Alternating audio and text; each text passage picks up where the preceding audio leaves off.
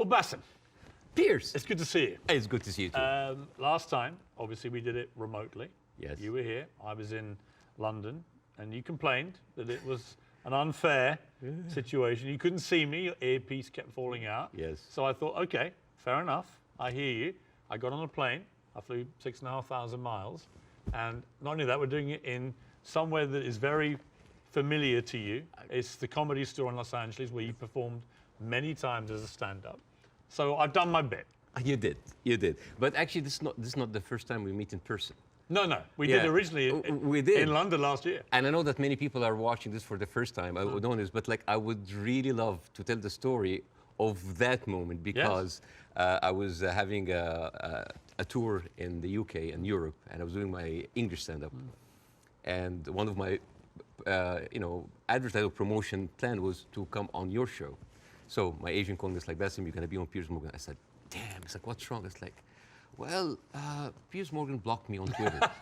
I did. And he said, like, what did you do? I said, well, during January 6th, the insurrection, you tweeted something about it. And I was so angry at what's happening. And I remember you having you and Donald Trump in a picture. And I said the guy who had Donald Trump with him, whatever. and then I used like very harsh words. And of course, you blocked me.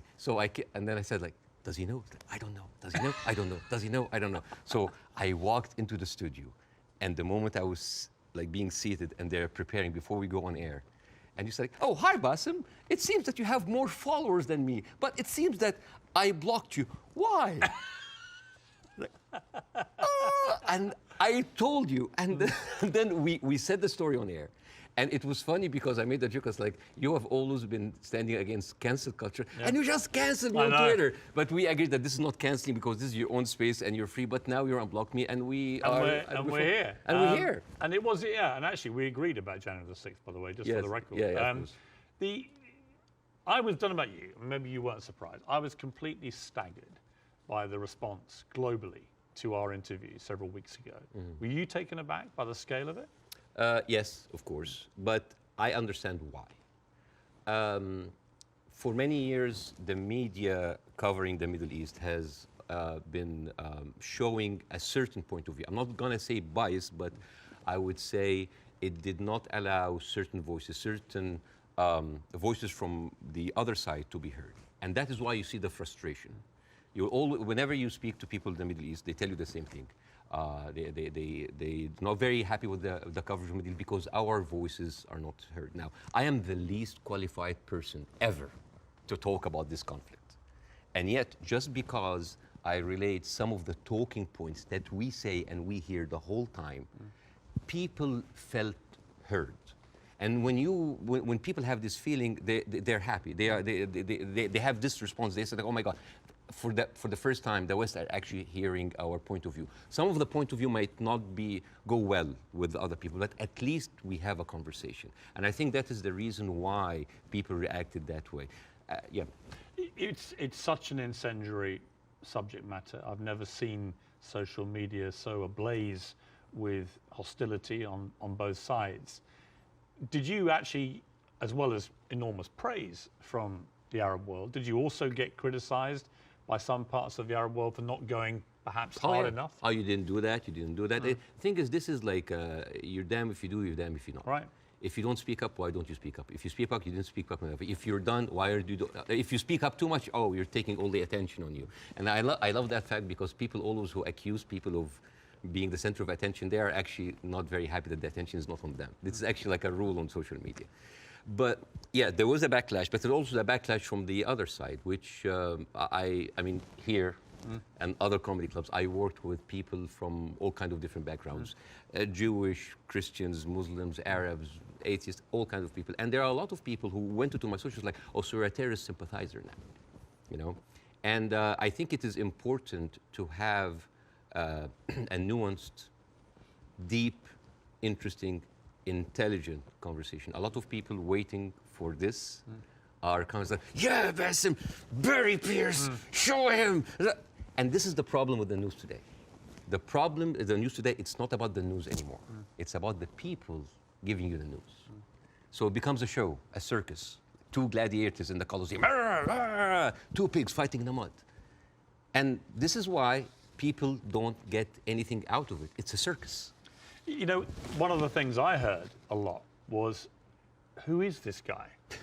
And they weren't talking about me. Sometimes I wonder. Now, obviously, you're very, very well known in the Arab world. You're known as the kind of, they called you the Arab Jon Stewart, and you're well known in America, but you weren't that well known, for example, in the UK. And I think what this interview did, it made a lot of people think, wow, all right, this is incredible. But tell me more about Bassem Youssef. And I did a bit of research into your life, and it is a fascinating journey that you've gone on to get here to Los Angeles. And I think it's worth just taking a little beat here to talk about this, because you began in Cairo as a heart surgeon. I mean, that was your career path. Yes. And you were a heart surgeon. I was a heart surgeon until, I spent 19 years in that career, 7 years in medical school, 12 years as a practicing doctor. And 2011 happened, and the revolution happened, and I had my own show on YouTube. I did like small videos. Well, I'm going to come to this, because I was by coincidence, I had just joined CNN to replace the great Larry King. And I hadn't actually done any live show. I'd done a few weeks since I joined of taped interviews with big names, Donald Trump, Oprah Winfrey, things like that. And I was flying back to Los Angeles when I got a message that Egypt was going up in the start of the Arab Spring. And I actually went to a studio very near here, about a mile down the road on Sunset, the CNN studio, the old Larry King studio. And I went live for the first time, and it was about the Arab Spring. It was about what was happening in Egypt. And at the same time, you, in Egypt, were actually in Tahrir Square, helping wounded protesters, actually medically treating them. I mean, this was a kind of movement that inspired a lot of Egyptians. At the time, I was in the hospital, and a lot of people just had volunteered, and the nurses were just like giving us like supplies, go, and we were going there, and we were basically tending to the wounded, because it is, and it kind of gives you a different perspective when you see helpless, defenseless people who are not armed, who are being beaten by security forces, military forces, being shot, being hurt. And all we can do is just like provide some medical attention. And it kind of gives you a perspective to see how humanity sometimes can show its most ugly face. And the suppression of free speech, freedom of expression. The ability of people to say what they honestly feel about a situation. And the suppression of people's basic rights to freedom. Absolutely, And that kind of like taught me a lot, and inspired me to do the show. But well, you start. I mean, it's a crazy story, this, and I want to tell it, because you just decide to do 5-minute stuff on YouTube. And you are expecting a few people to watch it. And then literally it just flies, and suddenly you're getting millions of people watching this. And very quickly, one of the big networks comes in, and then you're suddenly doing this stuff for 30 to 40 million people. Like a third of the entire population of Egypt is tuning in to watch it. You're the biggest star of Egyptian television. Oh, please. You were. Don't stop. I mean, what an extraordinary thing, though, for a heart surgeon to go from helping protesters medically in Tahrir Square at the start of the Arab Spring to within a year, you're the biggest star on Egyptian television. It's a crazy thing. It doesn't sound as glamorous as this. It felt horrible.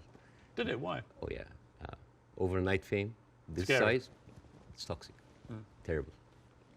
It corrupts. It goes into your soul, and it's not good. It's not. I actually didn't enjoy it. And the worst part about it is that like you're trying to do comedy in very controversial climate about very controversial issues. So you'll never satisfy people. And the problem is that people have these expectations. Oh, if you are successful in this, you must be successful at solving this. And when things are not solved, because politics, as you know, very difficult to solve, that expectation, this love turns into hate. And this is one of many reasons that I had to leave, and I came here eventually. Well, let's just take people through what happened, because they probably don't know, a lot of people. So during the presidency of Mohamed Morsi, who was a democratically elected Islamist, you had relative freedom to start, but then the more you went after government propaganda, the more you stood up for the people against the government, then the trouble started. Morsi wanted to shut you up. You eventually get dragged through the courts. I was arrested. I was arrested for one day.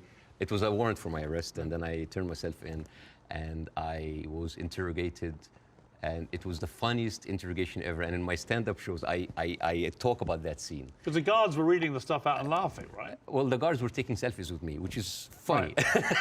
Right. The exchange between me and the prosecutor, general prosecutor, was extremely funny. I mean, I don't like to victimize myself. I don't like, oh, look at that. I actually like to find humor. But why were you arrested? What was the criteria? Oh, yeah.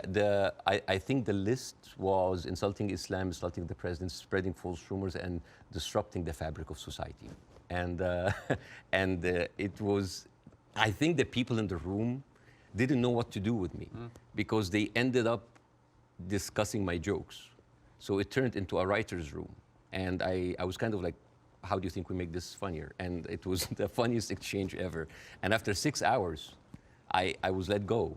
And was it scary though at the same time that suddenly the machinery was getting a grip of you? Because it was to get a lot scarier.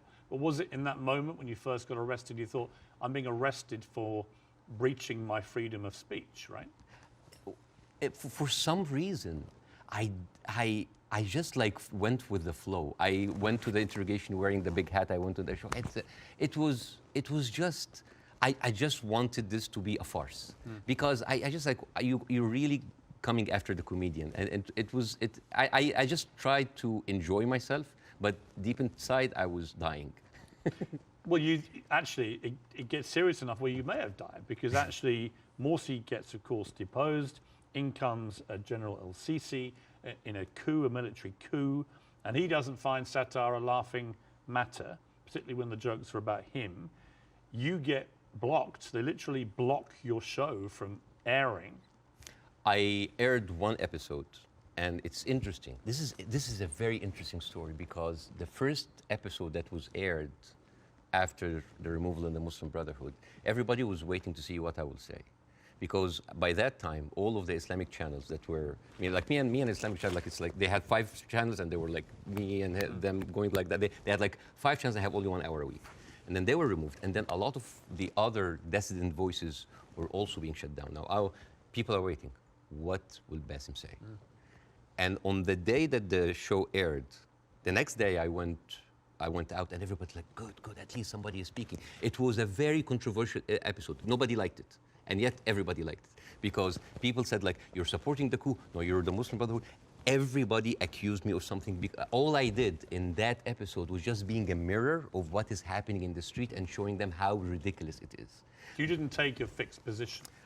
Well, my position, depending on what's your position? What did you intend your position? My position was to show the ridiculousness of how the people now was like, oh, we got rid of Islamic fascism, but we are heading towards another fascism.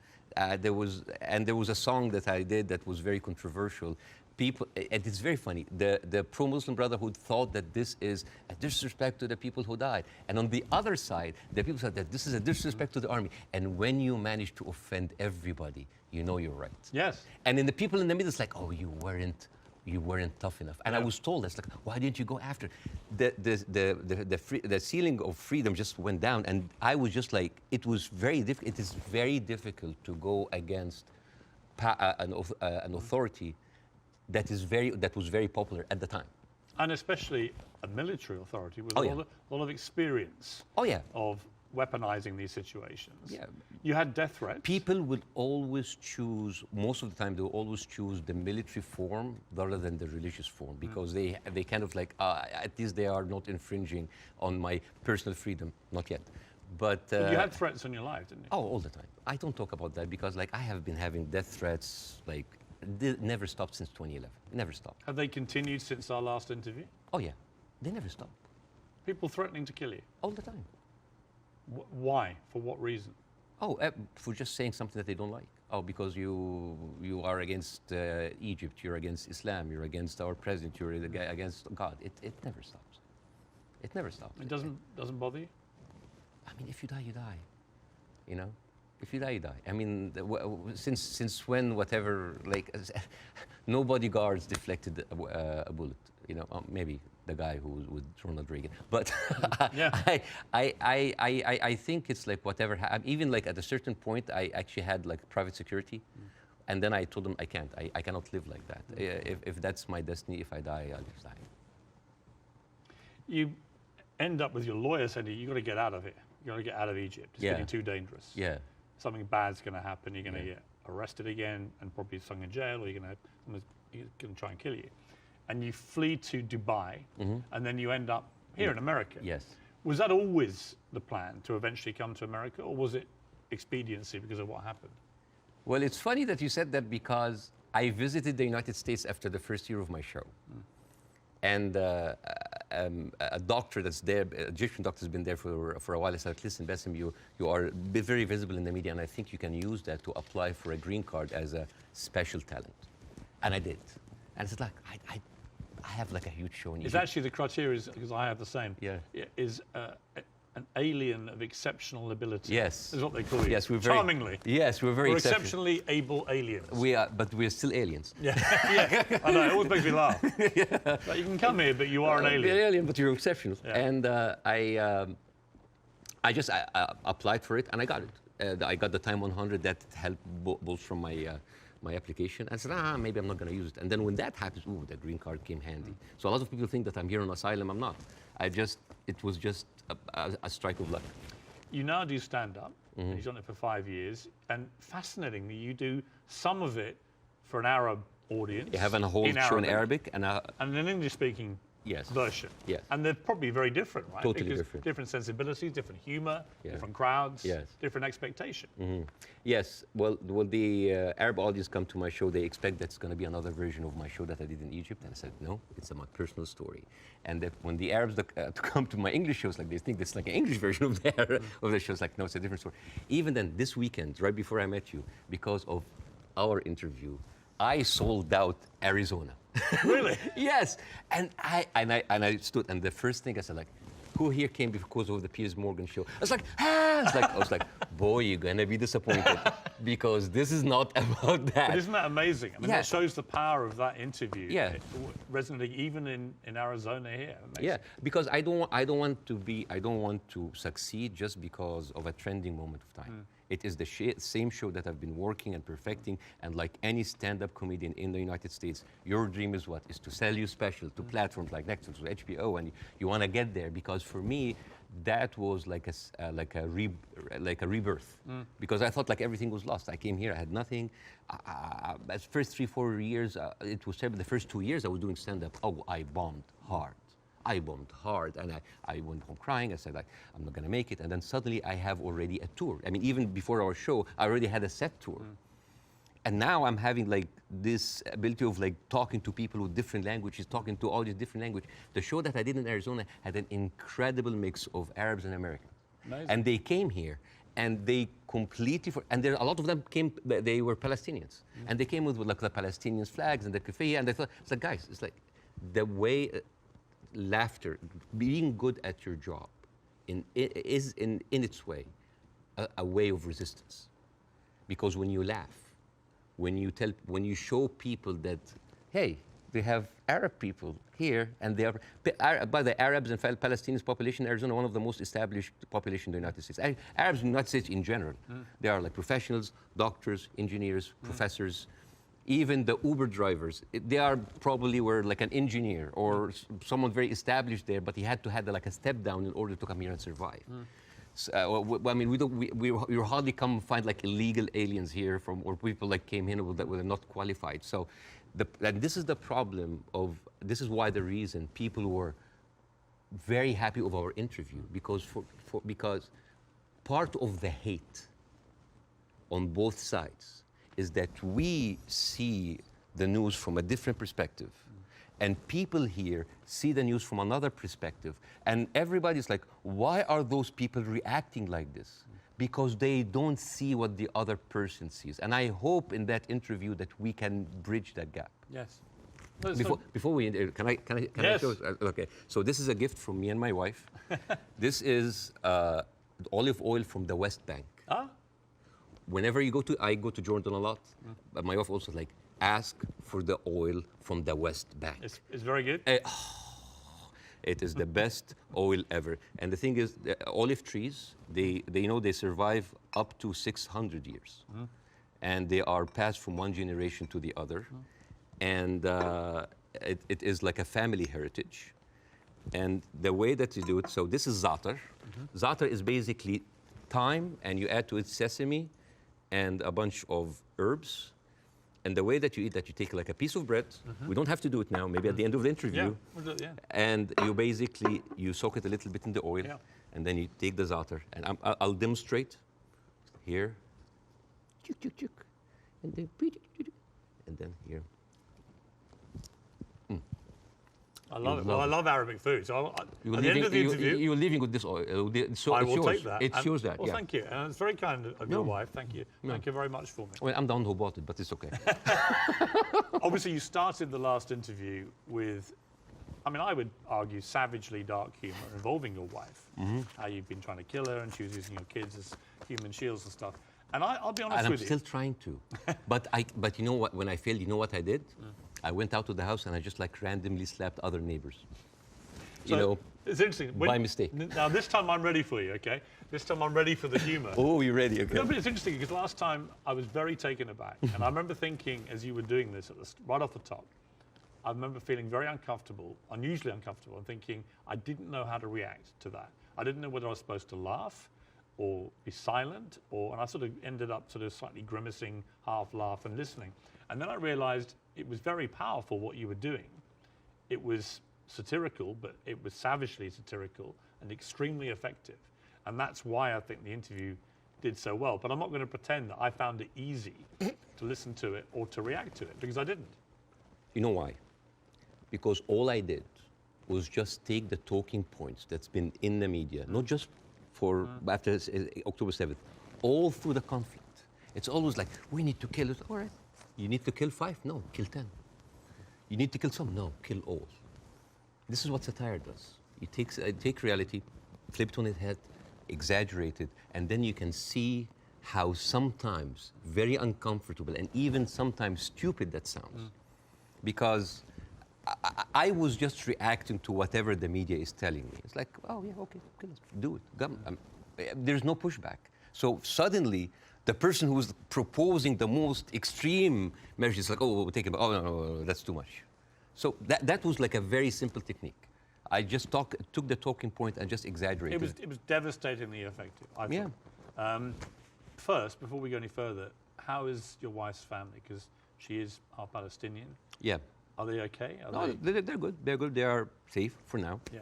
And as like the last week, there was no internet, as you have. Yes. You know, I saw you tweet at the IDF. It's like, how can they know? You know how many views that tweet's had? Nearly 40 million. Yeah. Me just saying, how are they going to see this message if you've cut the internet off? Yeah. I'm wondering if the IDF's like, why aren't the Palestinians liking my tweet? Because they don't see it. Right. No, but I thought that was a perfectly correct assessment of it. Yeah. But the reaction to that tweet I did was enormous, as everything is in this thing. And I had a lot of people say, finally, Piers, you get it, right? Finally, you get it.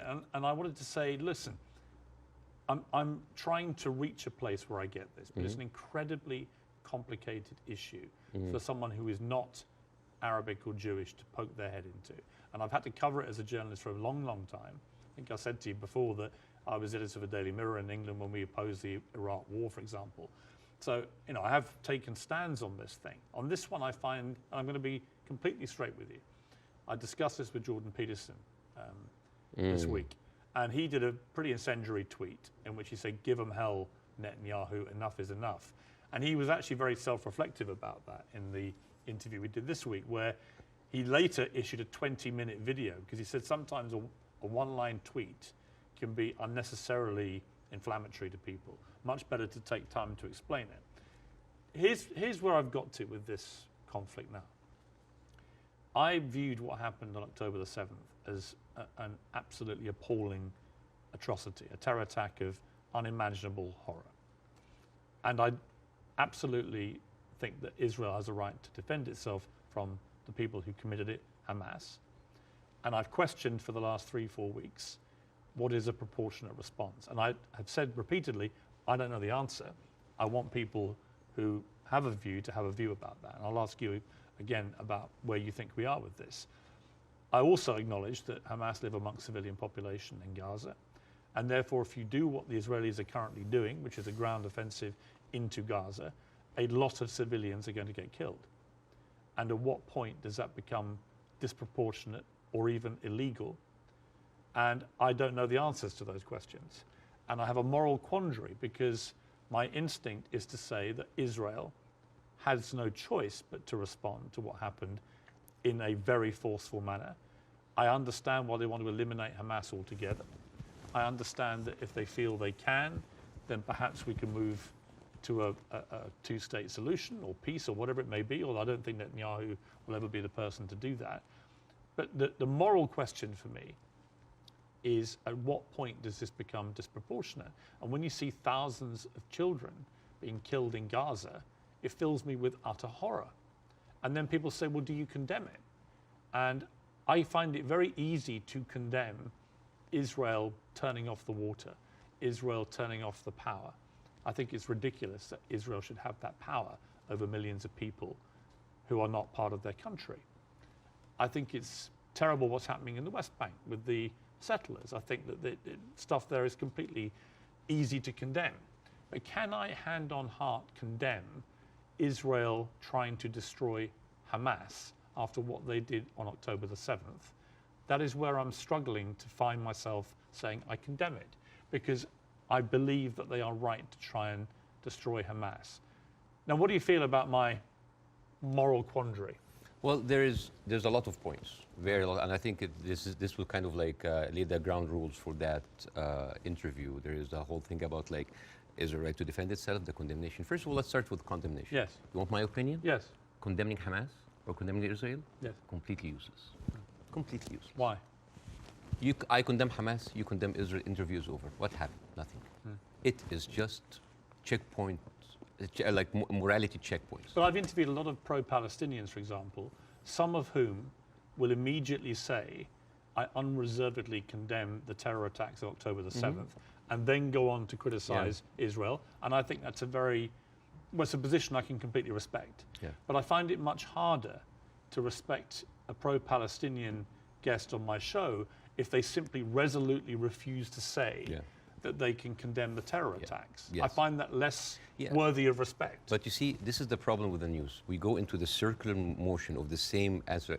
One thing that I have noticed, not just on the coverage of these events, the events before and before and before, every time this starts, people say, we don't know what's happening. It's a very complicated situation. Right. What is happening now? And for me, as a viewer, if a conflict that's been there for 75 years and the media with all this technology has been covering it and we hear the same exact words, we don't know what's happening. It's complicated. It's a very complex. That is a failure of the media apparatus. That is the failure to themselves and for the audience, because why every time this happens, it seems like it is happening from point zero. And I think to help understand that, I will get to the October 7th. I will get to the condemnation. I will get to the self-defense. But I think maybe we can we have like all the time in the world, and we can discuss, this interview could be a bookmark, landmark for maybe looking at that conflict in a deeper way that nobody had gone there before. We had the views, we have people waiting. Yes. You know, as I said, I'm the least qualified to discuss that, but it's an opportunity to use it. I'm not massively well qualified myself. Yeah, both of us. I mean, look at us. I'm an Irish Catholic. I mean, look at us. Yeah, two privileged people. One white, one white wannabe, discussing the most complex conflict of our history. But I want to start in a totally different area. I want to start with anti-Semitism. Yes. I think it's an important issue. Yes. I think there is a rise of anti-Semitism in the world, and I think this is very dangerous. And I, as a Muslim who has been through events where there were terrorist attacks somewhere, and that reflects on us, I can completely feel that. Since what happened, I had text messages from the Jewish friends, are you okay? Are your wife's family okay? And I was texting them, are you okay? And I think it is very important to agree on the language, because the word anti-Semite has been used and abused, and most of the time not for the good interest of the Jewish people. Because the first 2 days of the coverage, I watched the news, and there was a lot of protest that was led by Jewish Voice for Peace, and they were led by people who opposed the Israeli attack on the civilians. And I remember quite well, many of the Republican representatives in Congress came out and they were calling these the global intifada, the global jihad. I love it when they say jihad. They sound like a horse. Jihad. It's very funny. Or they say like, these are, and I quote, Iranian-backed jihadists. And I said, wait a minute, but most of those people are Jewish. Those people who took over the Capitol, the same people who took over Central Station in New York, which is known as the biggest civil disobedience event in America in the last 2 decades, they were all Jewish. And then I find Nikki Haley saying anti-Zionism equals anti-Semitism. And then I remember it's like, oh, Jewish people in America are saddened by the fact that they are not citizens of America or citizens of the world, but they are citizens of Israel, and they have to back Israel in whatever they do. And these are not my words; these are the words of Jon Stewart.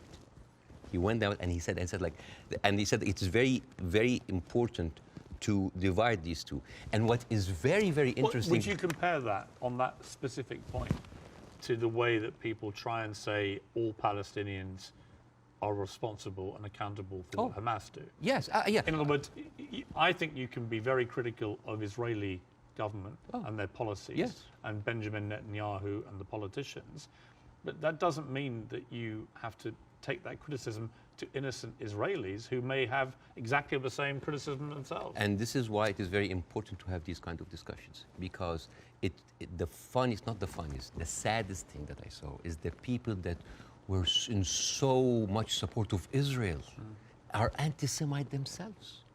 MTG, Marjorie Taylor Greene, you know, she said like, oh, I send my aides, and they took pictures of the protesters. Basically, she's surveilling protesters. And Marjorie Taylor Greene is very known for a very famous post in 2018 where she blamed the California fires on a Jewish space laser gun. Do you remember that? Do you remember that? I was just like, oh, they were burned because Jewish investors, Rothschild and Feinstein, anything that ends with Stein, because that of course sounds Jewish, they put a satellite and shooting laser beams to... It's possible. And not just her. You have Steve Skoulas, thank you so much. He is now the Speaker of the House, and he has been invited before for an organization that was funded by David Duke, the founder of the KKK. You have Kevin McCarthy, who is the former minority speaker, leader of the Republican Party in the House, and he accused Jewish billionaires of rigging the midterm. So how come those people are accusing us of anti-Semites? So here's the thing. So let's go to the equation that Nikki Haley put on Twitter. Anti-Zionism equals anti-Semitism. No, it is true. People who hate Jews, they're also anti-Zionists. It is true. And you could be someone who hates Zionists, who don't like Zionism, and you are Semite. You could even be Jewish. And guess what? You could be a Zionist, like those people, supporting Israel, and at the same time you hate the Jews, because the chant, Jews will not replace us, these echoed in Charlottesville. It did not echo in Gaza. I mean, in Gaza they say worse stuff in between the bombing, on their downtime. And these are the same people who are seen with Nick Fuentes, with Stephen Bannon. And you know what's most interesting? Trump had him for dinner at Mar-a-Lago. And all of those people are buddies with Benjamin Netanyahu. So how does this work? How does this work? And you know the people who speak against this, like Jon Stewart, like Bernie Sanders, like Naomi Klein, what do they call these people? What do they call them? Self-hating Jews. And you know what else now they call them? They call them capos. Capos. You know what's capos? Capos, basically these were the Jewish inmate in Auschwitz that were forced by the Nazis to stand as guards on their own inmates. You see how degrading this is. And this is the way to shut down conversation. Anti-Semite, Islamophobe, you hate America, you hate the military, you hate Egypt, war on Christmas. This is how you shut an environment that does not allow disagreement is not an environment made for let me growth. a- It's an okay. environment made for control. Let me ask you this. Say, take the student protests in Yes, America, at universities. I have no problem instinctively with students protesting. It's actually part of the DNA of being a student, right? But I do have a problem with two things. One, the protests that happened almost immediately after October the 7th, within hours, which were clearly, deeply, deliberately inflammatory and hurtful to Jewish people. Secondly, I have a real problem with the students who were beaming direct pro-Hamas slogans onto buildings on campuses in America. You know, I'm all for free speech, and I really am. The whole show is predicated on that. But not to the point where you see Jewish students barricaded into libraries because a mob is descending on them. There is a distinction to me between people who are obviously overtly, I mean, there was a professor at Cornell University who was literally seen in public shouting how exhilarated he felt by the attacks of October the 7th. He still hasn't been fired, that guy. I think that crosses a line. Do you? Yeah, I do not like this way. I mean, I can understand why, but I don't condone it. I would never, because you have to understand these people, again, I'm not supporting them. I just want to make sure about two things. The reason that I started with anti-Semitism, because I wanted to make sure to clear any confusion that when I speak about Israel, I'm speaking about Israel. Yes. When I speak about Jewish people, I'm speaking about Jewish people. Yes. When I speak about my Zionists, I'm speaking about Zionists. It was very, because No, I think it was very powerful that you did that. Yeah, I have and to be careful. That's the first thing you did, because I think it's really important. Yeah, but at the same time, when I tell you why does that happen, it doesn't mean that I condone it. There's a difference between explanation and justification. Those people who are exhilarated, the way that they see, this is the same reason why people were so happy about the interview. What do they see? They see Israel as a criminal state who is killing their people, and in the same time, they are supported by the international community and America. They have no guns, they have no superpower backing them. All they have is just a feeling of happiness, like, yes, our enemies that we cannot touch them has been hurt. All they can think about, that these are their enemies that have been hurt, right? I'm not condoning this, but again, like when people were celebrating terrorist attacks, you know, against Western targets. Of course, I don't condone that. But why? Because those people has been, from a very young age, what have they seen? They're not being heard by the media. The plight and the suffering of the brothers in Israel, in Palestine, in the Arab world, are not being heard. People in Iraq, you know, like when America and Britain invaded Iraq, right? What the Arabs saw? It's like two superpowers are coming in on just regular people. So whenever there was like a bomb or like an attack on American troops, people would celebrate. Yeah, they're our enemies. Emotions are very inflammatory, and it is not right. But those people have nothing else. All they can is just like shout. All they say is like to rejoice. It is not right. Again, I'm explaining why is this happening, because it's like, yeah, if I cannot get you, I'm just gonna scratch your eyes. I'm gonna scratch your eyes because you've been beating me all the time, and you have the whole international community backing you up, and all I can do is scream. Is it right? No. But it is understandable. Again, it's not the right thing. But no, it's not like understandable. It's like, oh, no. But again, it is an explanation. Now, hate. And again, this is another way why this has been magnified in the media so much. What does the Western audience see? They see people rejoicing for the death of innocent civilians in Israel. This is what have the Arabs seen for years on the Arab world. For example, if you look up Sidrot cinema, this is in 2014 when Israel was bombing Gaza as usual, and the Israelis in the Sidrot, the kibbutz or the settlement, they went on a hill and they had popcorn and they had drinks and they were like watching the show and they were cheering with every rocket coming down. This is what we see. Western people didn't see that. Well, somebody found a tweet actually of mine from 2014 in which I said, at what point does what Israel is currently doing to the Palestinian people become terrorism? And because I've always said, you know, I've spoken about this a lot over the years, and I've always tried to be extremely fair-minded, albeit nobody really wants you to be fair-minded. They want you to take a side. But that was clear that my thinking back then was that they were absolutely overstepping the mark. Absolutely. But again, to the point of rejoicing. No, I know what you mean. Yeah, but like if you, for example, Google the wedding of hate. This is like a Jewish wedding in Israel where they were celebrating the arsons and No, the no, I've burning seen- I've of seen- Palestinians. But no, to be clear, I've seen lots of video no, but like, clips. not talking to you, Piers. No, I know, I I'm know. talking to the Western audience I because understand, but I want to see like I want to say like this is what they see. I mean, for example, there is a very famous video for Samuel Abu Za'anin, who is like a young kid that he was shot point blank by an Israeli soldier, and he was not allowed to have any medical attention. And as his dead body was being put into the ambulance, the Jewish settlers were cheering. So for an Arab audience, this is what we see every day. So when they see, oh, we heard them back, we heard their people like they heard back, it is not right. But this is what hate does.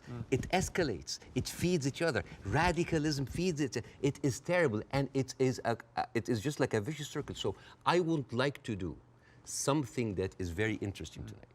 I want, when I invited Jon Stewart to my show, as much of like a reception that if you've seen the YouTube, people just like, Yeah, sorry. we had to cut the 5-minute standing ovation for broadcast. People was on their feet for 5 minutes. They could not believe it.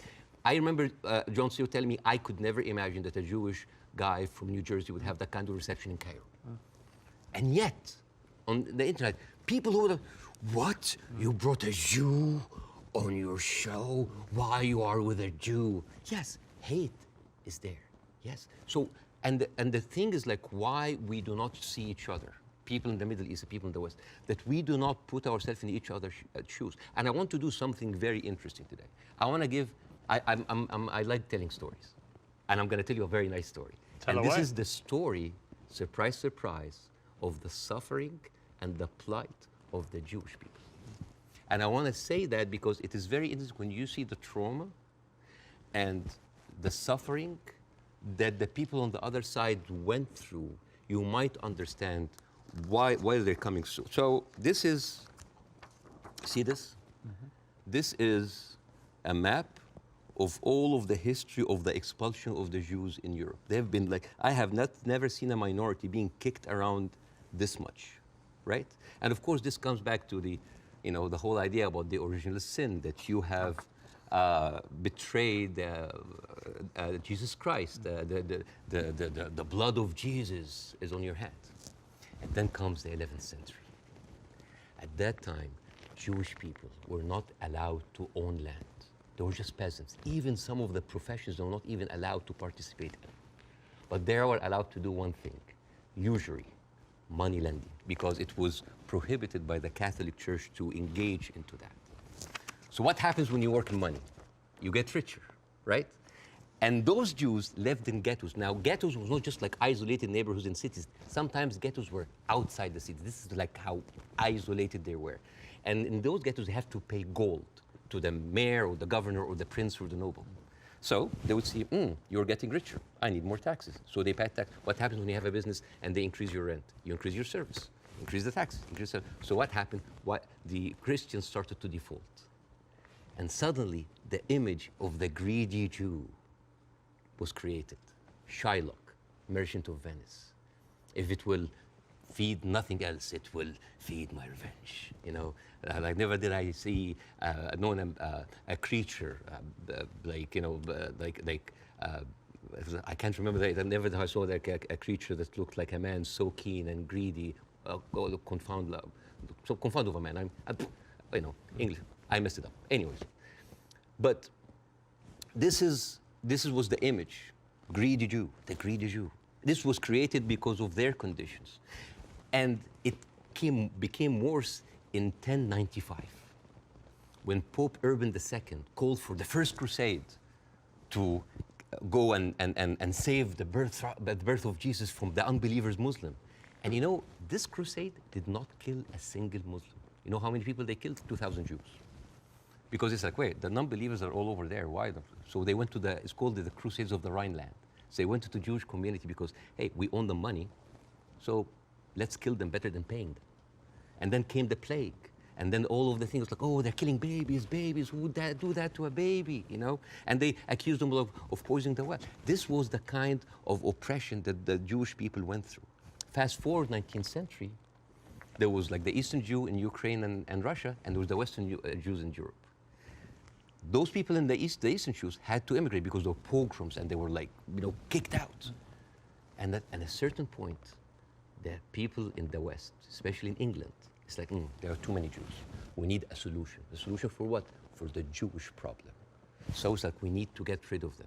And you know what? Palestine was not even in the A list. Palestine was in the B list, because England proposed 6,000 square miles in Uganda for the Jews, 1903.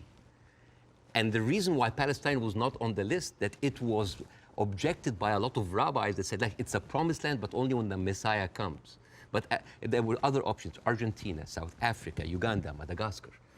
And eventually they said, all right, let's do Palestine. So they went to Palestine in 1914. There was 700,000 people living in Palestine, 3% were Jewish. 1917, Balfour Declaration. Arthur Balfour, he called the Jewish people in England that they are alien and hostile race. And the thing is, the only Jewish member of the parliament, of the English parliament, Lord Montenegro, he objects, said, like, these are British citizens, we should not kick them out. So they pushed them, but it was not going fast enough. Came the Nazis. And then it was not about the solution anymore. It was the end losing, the final solution by Hitler, because he needed an answer for the Jewish question, the Judefrage. And then, as you see, the Holocaust happened, the most orchestrated, industrialized, horrible genocide in our modern time. 6 million Jews died. So it accelerated, and they went. First of all, they left Eastern Europe, and they went to West Europe, and they went to America, and they were turned down, and they were pushed towards Palestine. So by 1948, right before the declaration of the State of Israel, there were 2 million people living there. Only 30% of them was Jews. So the whole idea of like a land without a people to a people without a land was a marketing thing. They were already Palestinians.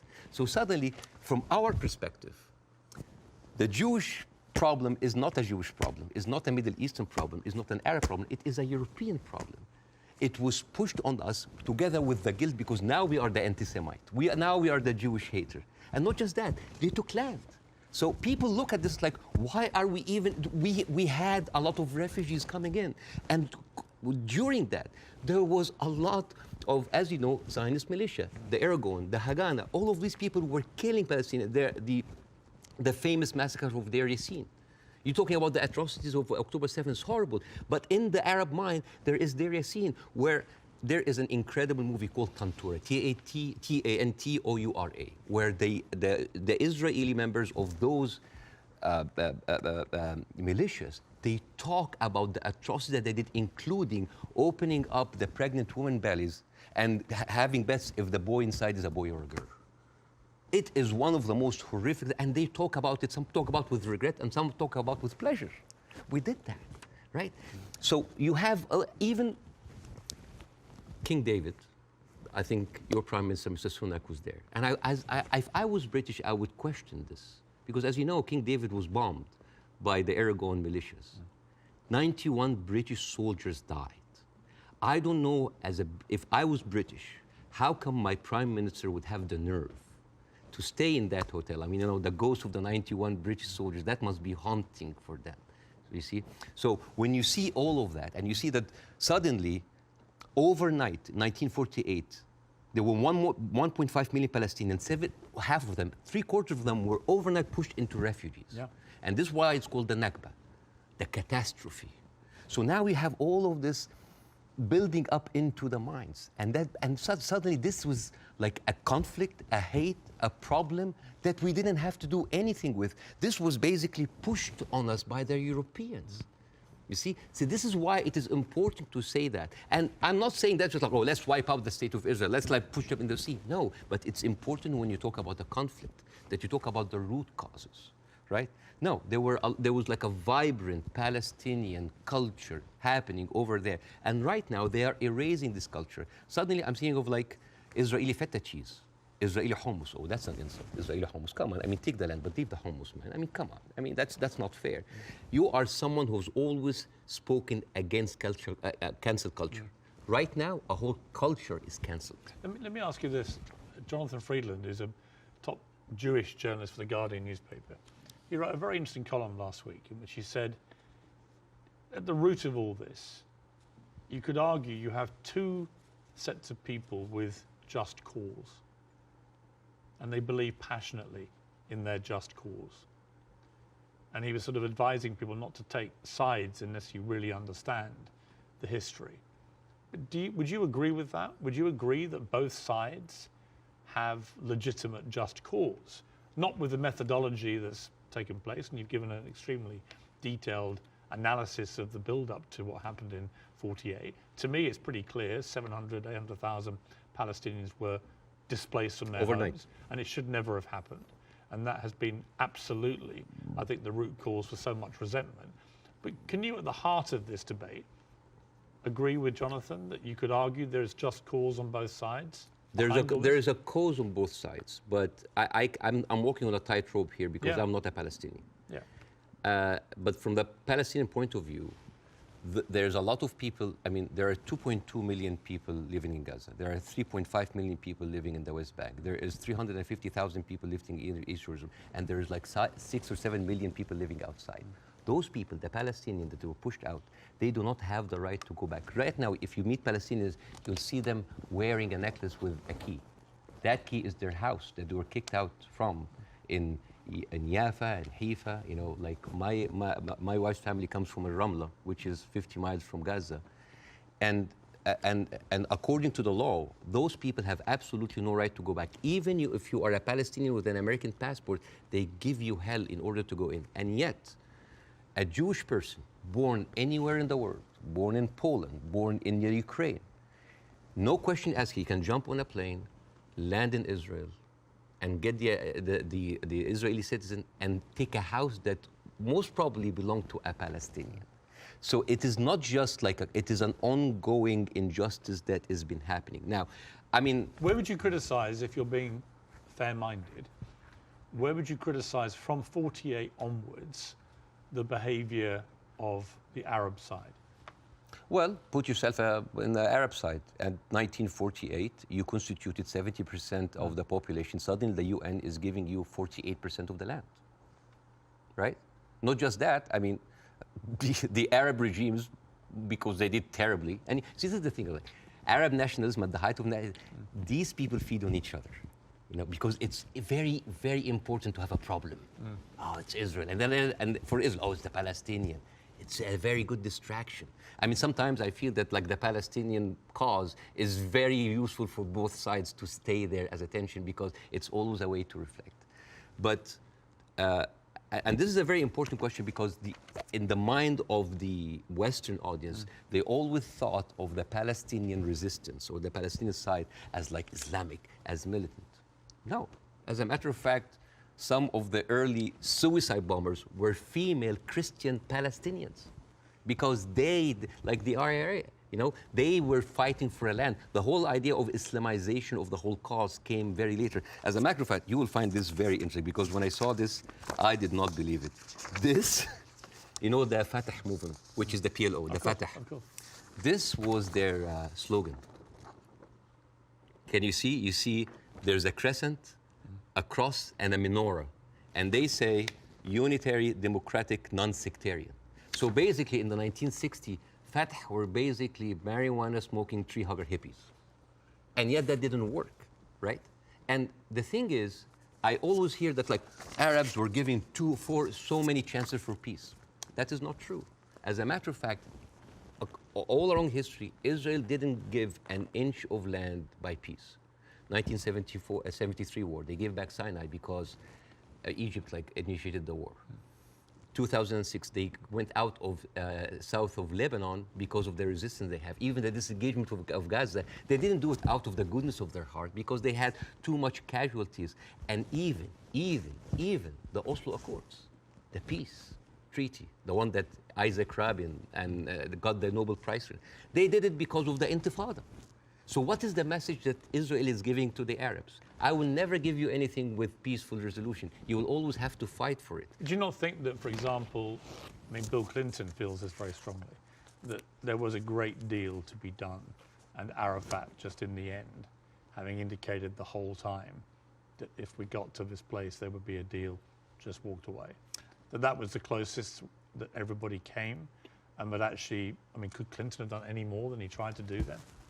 I am not, again, that's why it's very important to have people who are much more qualified than me to talk about this. But two things I can say about that. Number one, the whole thing about the Oslo Accord, there was a video for Netanyahu who was talking to the settlement offer 2001, and he was bragging about sabotaging. He was talking to us like, I sabotage it, like there was going to be no peace. Yeah, you've seen that, right? Yeah. And in that video, if you remember, when he was saying like you have to hit them hard, 2001, no Hamas at the time. They were talking about the Palestinian Authority. We have to hit them, we have to kill them, we have to make them feel the pain. And then one of them says like Bibi, but wouldn't America kind of just like, so what? The American public is easily manipulated. 80% are with us. It is absurd. And as a new American, where I can have the privilege of being retrospectively angry, I said like, this guy is mocking the government and the people who have been with him all the time. It's like, oh, they can be easily manipulated. They can do it. And even, by the way, even Isaac Rabin, the one who actually did the peace accord, he was known famously, say, the way to actually beat those children is to break their bones, called the broken bones policy. They will like get those kids and break their bones on the pavement. So this has, the whole idea about like Israel wanted peace and Arabs only wanted to fight is a very, very bad representation. I actually think as it's gone on, the genuine will on both sides for peace has not existed. No. I think it's been a deceit to the world. No, I'm sorry. And to the relative groups of people on both sides. The official... And actually a betrayal of them. The official stand of the Palestinian Authority, and again, I cannot speak, I mean, it is very difficult to do this. The official stand of the Palestinian Authority is that we are just happy with 22% of the land. Just give us like that. Yes, there are people that dissent, but the thing is, you cannot just say, okay, let's talk about peace. And then you take away my land. Let's talk about peace. And there's a kind of like passive aggressiveness happening. Oh, let's talk about it, but I'm going to build settlements. I'm going to suffocate your cities and your villages. You see, I think that has been incredibly inflammatory. Yes. Worsening the situation. I think putting back the chance of peace. I mean, Netanyahu, I interviewed Netanyahu earlier this year in the middle of the big social protests in his own country. And I couldn't understand what he thought he was doing, except that it seemed to me political expediency, that he had to get power, again, he had put a bunch of right-wing headbangers into his cabinet who have incredibly bad records, speak in an incredibly incendiary way about Palestinians, for example, and that he did this for power, and then he launched, because they were pushing him to do it, a ridiculous assault on the integrity of the Supreme Court, the independence of the Supreme Court. And many Israelis rose up. So Netanyahu has become, to me, a big problem. Right? And the people, all the polling shows that. Israeli people are very unhappy with Netanyahu.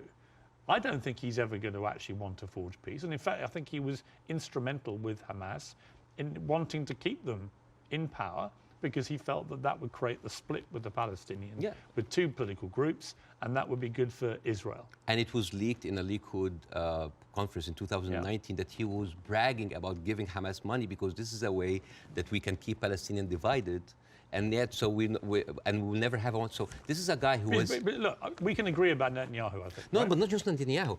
There's a book. And I would say most of his cabinet. There's a book called The Fear of Peace. It's by Moshe Zimmerman.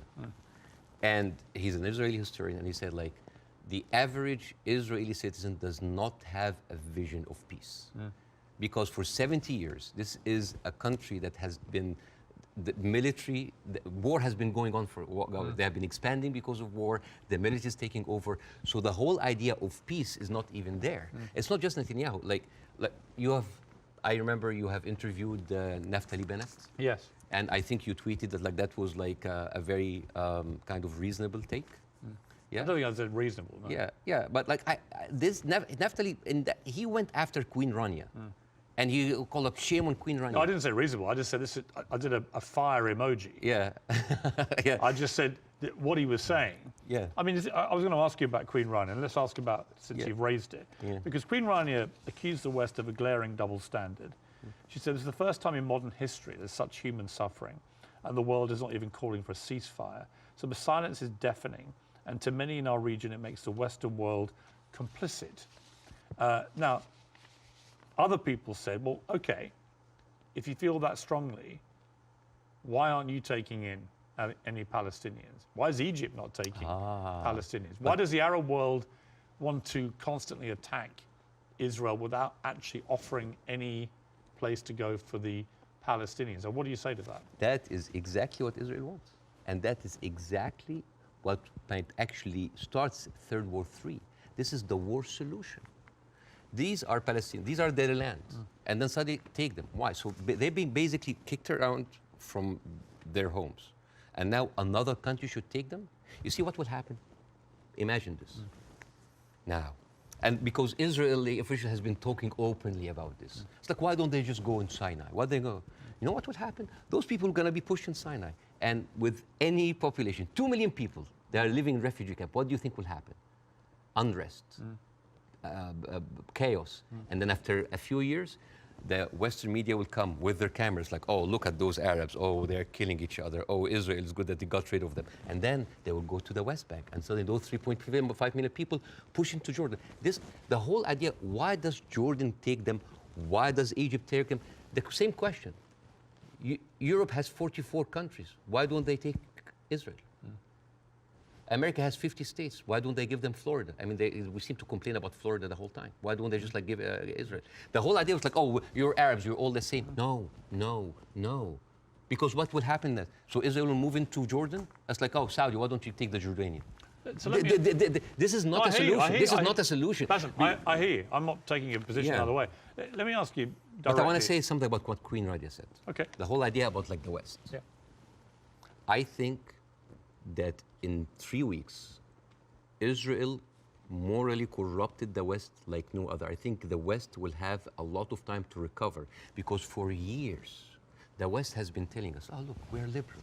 We're all about human rights. All are equal. Adopt our values. And then suddenly, but you don't want to even to cease. We don't want to even tell Israel to stop.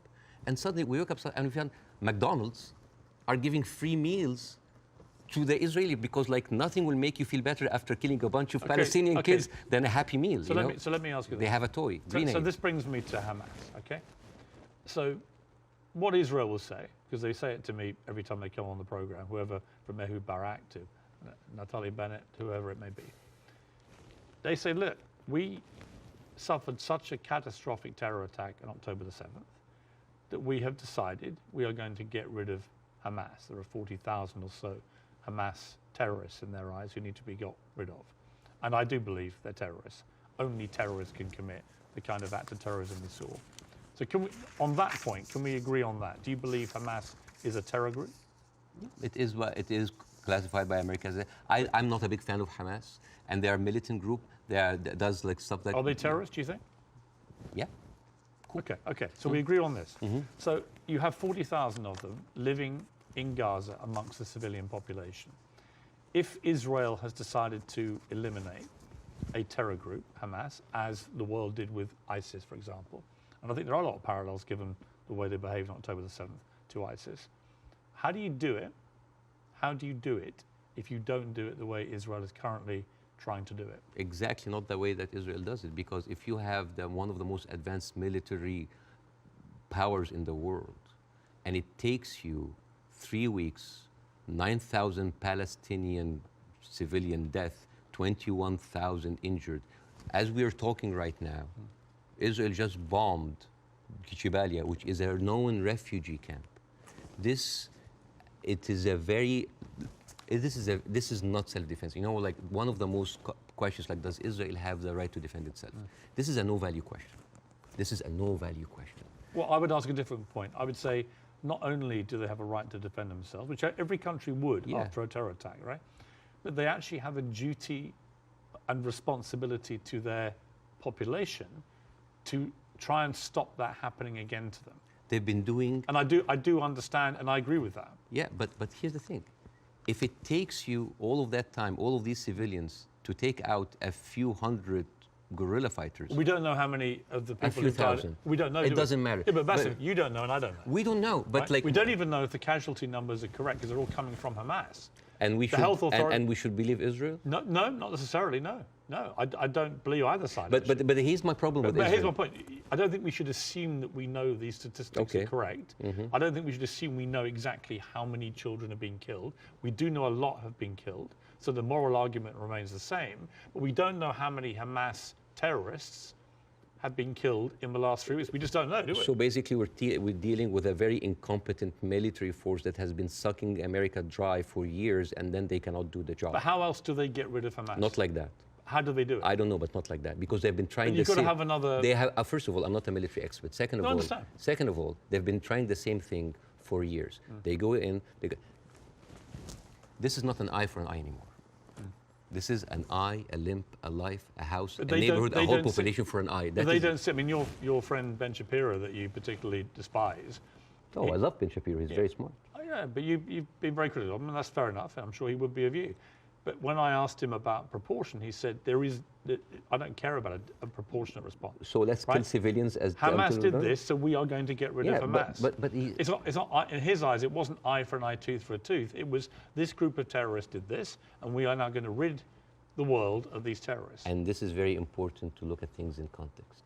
When you see how Israelis talk inside their community. There was a very famous post by Uriel Eritzol. He is the speechwriter of Netanyahu. He said, what is so horrific about understanding that the whole Palestinian people are our enemies? All of them are enemy combatants. We should kill them, kill their mother, destroy their homes, the homes that they raised those snakes, so no snakes will be raised in this house anymore. And this was reposted by Ali Chaket, which is the Minister of, wait for it, Justice.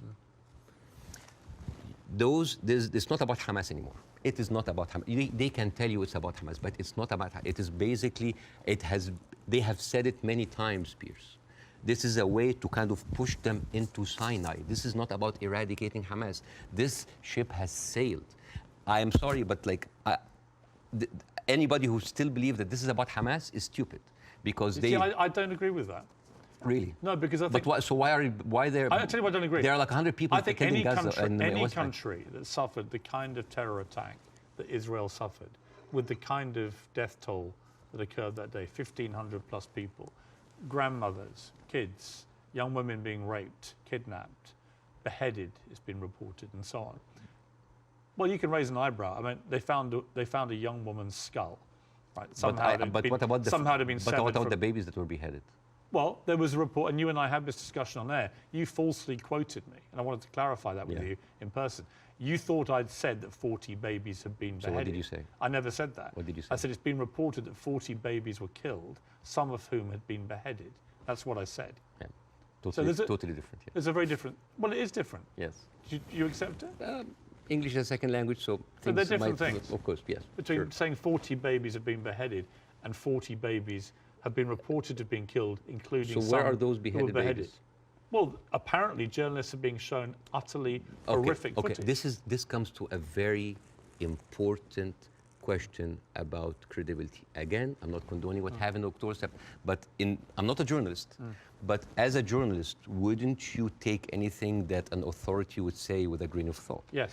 Especially if this authority have a long history of lying. And I'm just going to give a few examples. 1996, they bombed Qana. It's a refugee camp. They killed 106 people. Despite that they knew it's a refugee camp. They said, oh, maybe it's a one-time off. 2006, they bombed Qana again. 2014, they killed 2 teenagers at a checkpoint. They denied, as usual, but CNN was there. So they said, we have to say it. 2018, they killed a medic, a Palestinian medic, and they fabricated a video showing that it's someone else, that he was a human shield. And then can I just finish? Yeah, but I do want to respond. And then 2010, they killed Ahmed Oraiqat, denied it, then said it's okay, it's us. 2021, they bombed the media office in Hawass, it's not us, but no, I'm sorry. And then 11th May 2022, Shireen Abu Akleh, a reporter, your colleague, she's Palestinian, American citizen, she was shot in the head. And they provided forensic evidence and even a doctor's video that it was not them, it was Islamic Jihad. How can I expect to believe this regime, especially if the president of Israel comes down with this ridiculous thing? Have you seen that? No. He said, okay.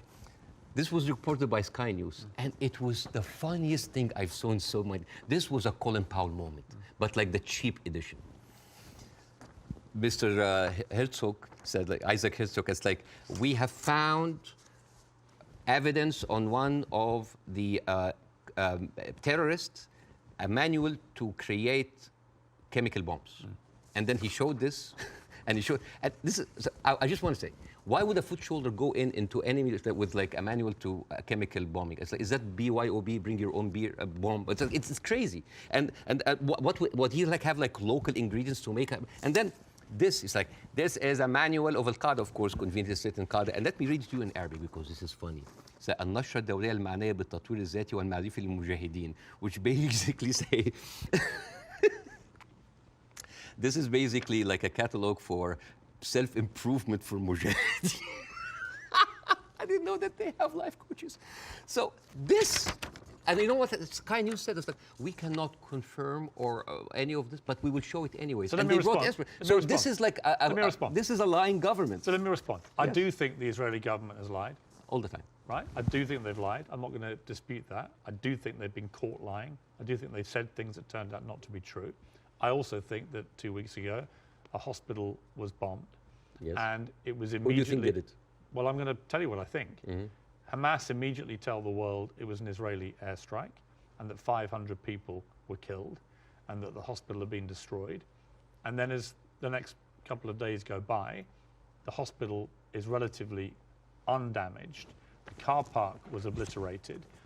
Many fewer people than 500 were killed. How many people died? Well, we don't know, because actually we're reliant on the Palestinian Health Authority, which is Hamas in Gaza, for the figures. So we don't know the number, but a lot fewer people died, it would appear, than the like 500. 100? We don't know. 50?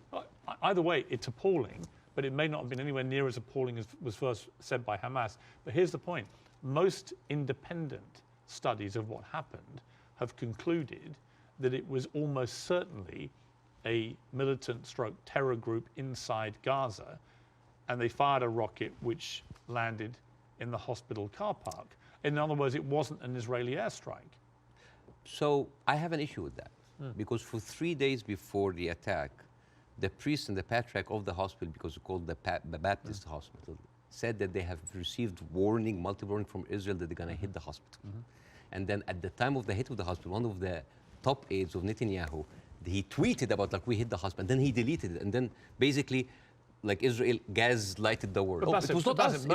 But that's why I said most independent. No, that's not true. New York Times actually like just published something to prove that it was shot from Israel. And the thing is, No, okay, they didn't, though. Okay, numbers. They didn't. Numbers. Bassem, that's not true. Okay. The New York Times has not reported that it was Israel. No, they said They haven't.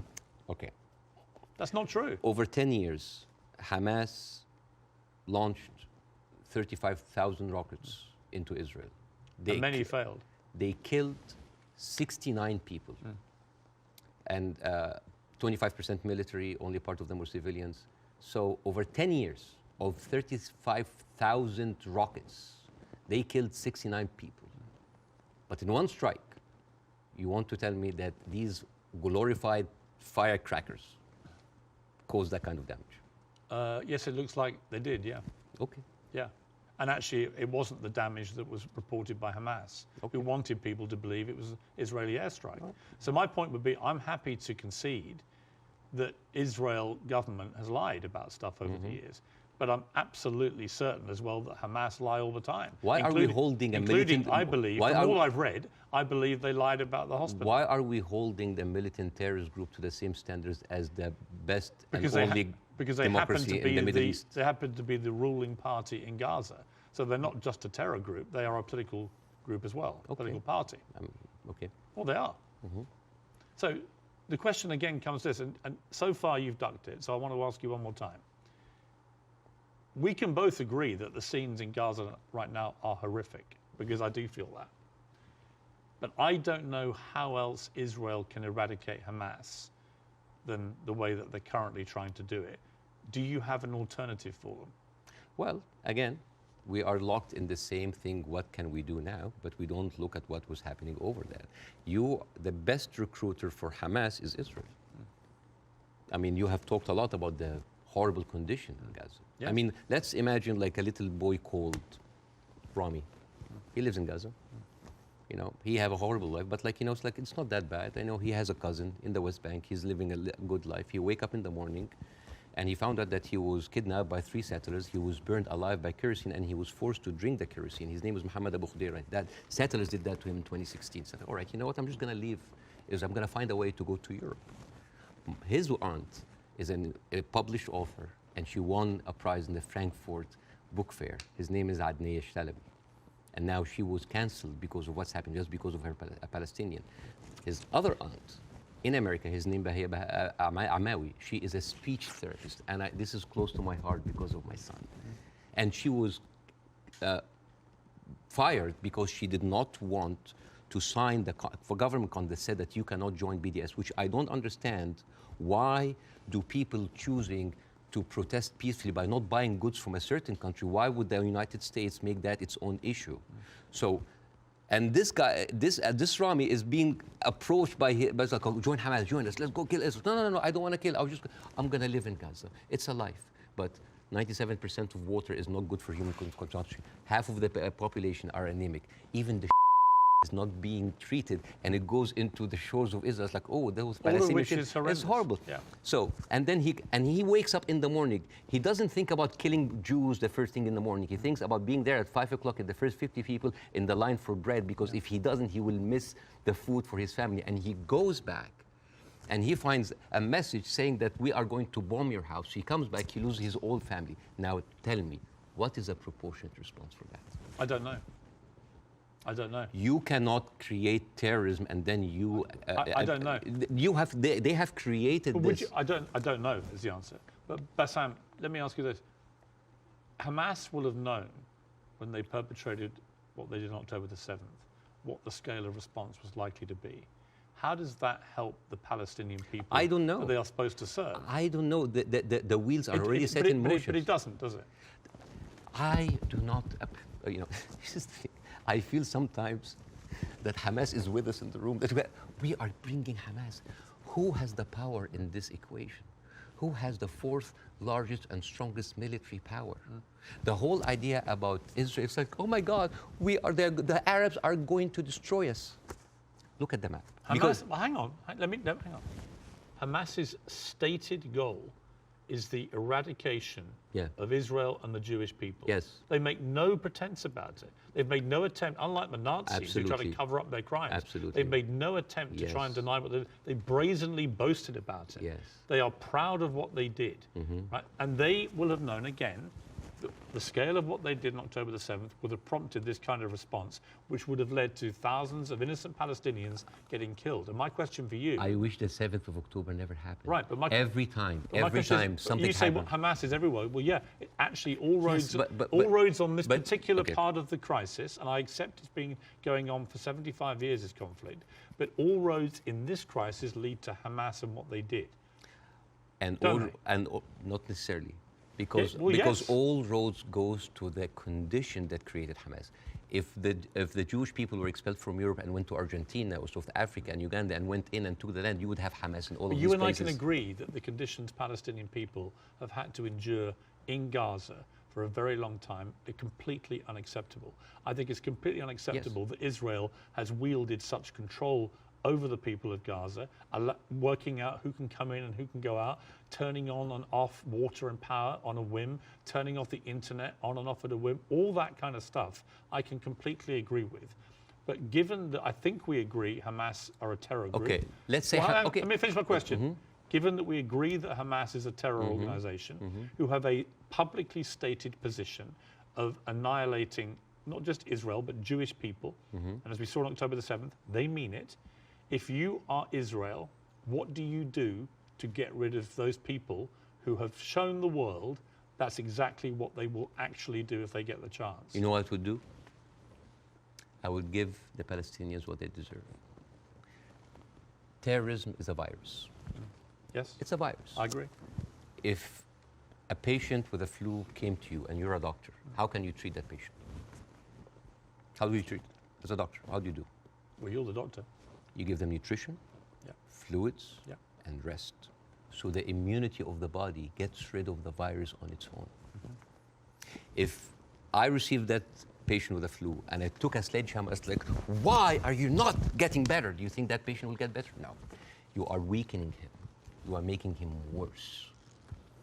Israel did not just weaken the body of Palestinians, making them unable to get rid of hate and radicalism. They have openly bolstered about helping and giving money to the same terrorist organization. So I agree. I think Netanyahu is complicit in keeping Hamas in power because it suited him politically. Yes. And I think you can't get away from that. Yes. There's no question of that. But there's also no question that the Israeli government, led currently by him, has to stop Hamas from perpetrating another terror attack. And again, it comes down to this question. What do they do to get rid of Hamas if it's not what they're doing? I don't know. But like, as an Israeli citizen listening to this, how come that my prime minister bragging about giving money to the terrorist group that he is using right now to eradicate a whole group of people, and yet using them as an excuse? Isn't that weird? This is like this is like Tony Blair being like found like giving money to Al-Qaeda or ISIS and then going to fight them. How does this work? How does this work? I agree. How does this work? Yeah, but Bassem, I agree with you. So yeah, it's a terrorist attack. And Israel is funding them? I mean, this is in the words of Benjamin. This is the thing about Benjamin Netanyahu. He brags about that stuff. So this is a circular question. Yeah, but yes, I agree with you. Hamas is to blame. Who created Hamas? Who's helping them? And who is allowing for an environment for that kind of hate and destruction of Jewish people to aspire? And the thing is, there's something very important to the Western audience here. They think that Israel is a small, tiny country between the hostile Arab countries. The biggest military power in the Arab world is Egypt. They have a peace treaty. Their neighbors, Jordan, they have a peace treaty. Saudi Arabia, Emirates, either like have like full relationship or like on the way of normalization. Yeah. The only people that, even Syria is not like even like they didn't launch like a single bullet. The only two crutches that Israel has is like Hezbollah and Hamas. Yeah. A few militant, thousands of militant. Is that really formed an existential like threat, especially if I know that over 13 years, only 69 Israelis were killed? I would say. Would that really wipe out Israel? Is Israel that weak? I think if you have two groups of people who are ideologically wedded to your destruction as a state and as a populace, and you're constantly firing rockets, as Hamas have done for over a decade now, then that cannot be acceptable. You have to stop that, right? These are terrorists who've now shown on October the 7th their true colors. They don't just talk about wanting to kill all Jewish people. They are going to do it if they get the chance. So I don't believe Hamas can possibly stay in any position of authority in Gaza. I think that would be ruinous for not just the people of Gaza, but also for Israelis. So if you're going to get rid of them, which many people think on both sides is inevitable and should happen as a consequence of what they did, the big question is, how do you do that? And I don't know any other way other than the way Israel is currently doing. Hence my personal moral quandary about this. So if a terrorist takes over the Empire State, instead of taking him out, we bomb the whole Empire State? Well, that's the question, isn't it? Proportion. That is not even a question. Well, that was not even a question because that would be ridiculous. You talk about the normalization of the region. I mean, the theory that I most buy into, supported by recent, I think, Wall Street Journal reporting, that hundreds of Hamas terrorists had gone to Iran for training before this attack. Okay. It had obviously been very carefully organized, and so that is, I think, highly likely. But if you're Iran, and you're looking at all this normalization, and you're looking at Saudi Arabia being next, this is your worst nightmare. So a perfect time to commit an atrocity like this through your proxy of Hamas. Again, I'm not a political expert to know what is the background, but let me tell you. It's a likely theory. Is Hamas justified? Is all of the horrible conditions that Palestinians are living in, is that a justification for Hamas doing what they did in October 7th? Good. Do you think so? Of course not. Right. So we're agreed. No, of course. So let me ask you the question a different way. There is no justification what Israel is doing now. No Hamas, no terrorist attack justifies this. Well, because you have been there. No, but you have been there. You have stood against the Iraq war. Yes. And that is too much. Yeah, but here's the difference. You are killing a whole population. No, here's the difference. I didn't stand against them for that reason. I stood against the Iraq war because I did not believe we had seen evidence that Saddam Hussein had weapons of mass destruction. So we were fighting a war against a country and a despotic leader which had nothing to do with 9/11, as they were trying to claim. It was actually a lie perpetrated on the world, and the consequences were disastrous. 1 million people died. I mean, over 150 British troops died. My brother served in Iraq and could have been one of them. You know, the whole thing was a fiasco, a deadly fiasco. It led to the rise of ISIS and all the hell that came with that. So, you know, yes, absolutely, I fought that campaign against that war, and I wish I'd been successful. But the singular difference here is no one is disputing, least of all the Hamas themselves, that they perpetrated this attack.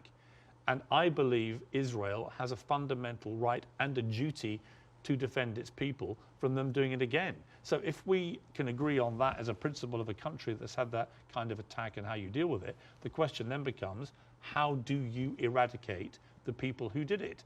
And I just think, given the intense nature of the way the population exists in Gaza, very, very large numbers of people in confined places, and that is in itself unacceptable, and I will agree with you about all of that, and that has to be fixed longer term. But actually, if Hamas are everywhere there amongst these people, I just don't see any alternative to what they're doing. And I'm very happy to consider one. But I don't think you have one either. So if the Iraqis were actually, there was evidence that they were behind 9/11, would that still be okay to kill a million Iraqis? We have a parallel, which is Afghanistan. And in fact, I would say, but that raises a different question. So was the Afghanistan war just? I believe it was, in a way that Iraq wasn't. I believe that Afghanistan was harboring terrorists, Al-Qaeda. We know that they were training there. We know the Taliban were there. And we went in, we launched this war. It goes on and on and on. Huge bloodshed on both sides.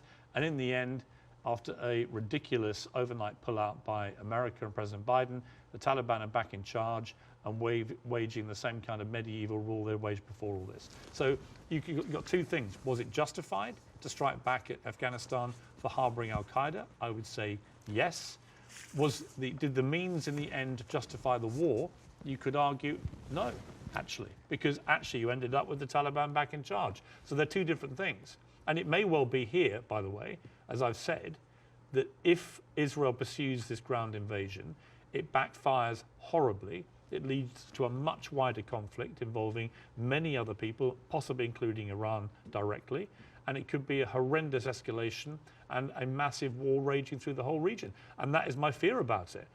But I come back to the central point of justification, and I'm really struggling to see what else Israel is supposed to do to get rid of Hamas. And if you've got an alternative, let's hear it. I do. Piers, this is never about Hamas.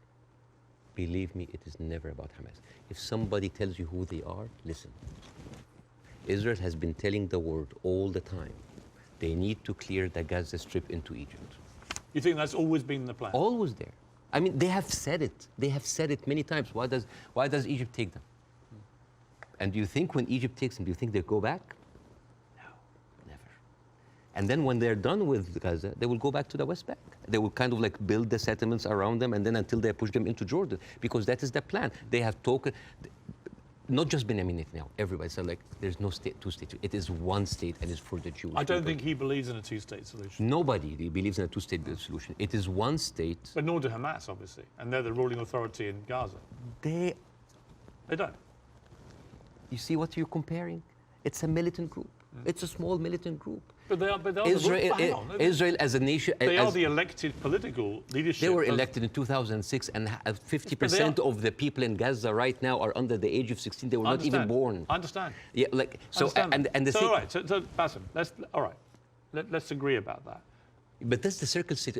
I understand. It's a circular firing squad. Hamas. I know. But okay, let's move forward. Oh yeah. Let's assume somehow we get to a place, possibly at the instigation of countries like Saudi Arabia and others getting directly involved, where you get to a place where Hamas are removed, and I don't quite see how that happens without enormous further bloodshed, but let's assume they get removed. Let's assume that Netanyahu is removed from office, which I think is highly likely just from the fury of his own people about what they see as the defensive and security failings, plus his attack on the Supreme Court already causing huge polarization. Let's assume we get new leadership in both places. Could there still be peace? Could there still be a two-state solution? No. It can never happen. No, because Israel have already shown it's not about Netanyahu. It is the policy of Israel not to give the Palestinians their seat. It has always been there. But what if you find leadership that understands? You will not. But why are you so... You will not. Why do you not think so? Because Israel has been... But they would say the same about the other side. And I remember... Who has the power? Let me give you a parallel. Obama in his book... Let me give you a parallel. Okay. Let me give you a parallel. Northern Ireland, okay?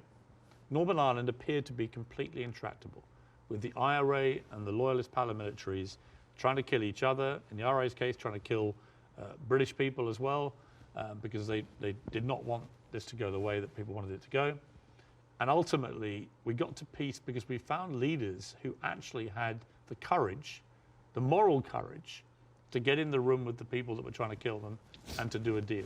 I don't think you can do that with Hamas. I think they're on a different scale altogether to the IRA. But we did have a seemingly intractable place riddled with violence on both sides, and eventually we got peace. Do you not see there's any chance of doing that here? No, not with Israel. Obama, after he left office, he wrote in his book, the problem with the Palestinian-Israeli conflict is that one side is extremely powerful and one side is extremely weak. There is absolutely nothing to oblige that strong side to give anything. All over the years, Israel showed you many times that they are not interested in peace. Leave Gaza. Forget Hamas for a second. The West Bank. What have they been doing in the West Bank? The illegal settlements did not stop a single day. No, they no. are and it's completely wrong. Yeah, but the thing But it's is, wrong. I agree with you. But you see what they're doing in the West Bank right now? They are creating little Gazas. They are creating little Gazas. Yeah. And until they are like squeeze them. It's completely wrong. There Bassem. is a hilarious documentary called The Wanted 18. It is like an Israeli-Palestinian co-production. And it tells about the incredible story about the residents of Beit Sahur. It's a Palestinian town next to the Nazareth. And they said they don't want to depend on the milk coming from the kibbutz. So they bought 18 cows. 18 cows. And they didn't know how to milk the cows or have a cow farm. So they were like engineers and doctors. So they sent people to kind of like to learn how to do the farm. So they bought the cows and they started to produce milk and they started to sell the milk to the villages. The Israeli authorities were not very comfortable. So one day the military government came in and was like, those cows, and I quote, constitutes an existential threat to the national security of the state of Israel. You need to get rid of them. And the movie goes about like the hilarious attempts of hiding those cows between the butchers and the houses. And in one scene, a cow is actually running and the Israeli soldiers are like running behind it and they corner it and they corner it and they're about to kill it. And you know what did the cow say? You didn't fall for this, cows don't speak. Yeah! But you know, it actually said something. You know what did it say? It said Hamas. But anyways. But you see, this is the ideology of the Israeli ruling party. They are not interested. They're not even allowing you to get your own cows. I mean, I want to discuss something that is very important because we have been talking about Israel being a democratic state, a secular state for all of its citizens, including its Arab residents, right? Wrong, Yes. wrong, wrong, wrong.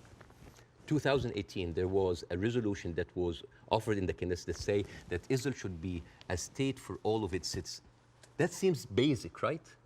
That resolution was not even allowed to be discussed. It's like, wait, why?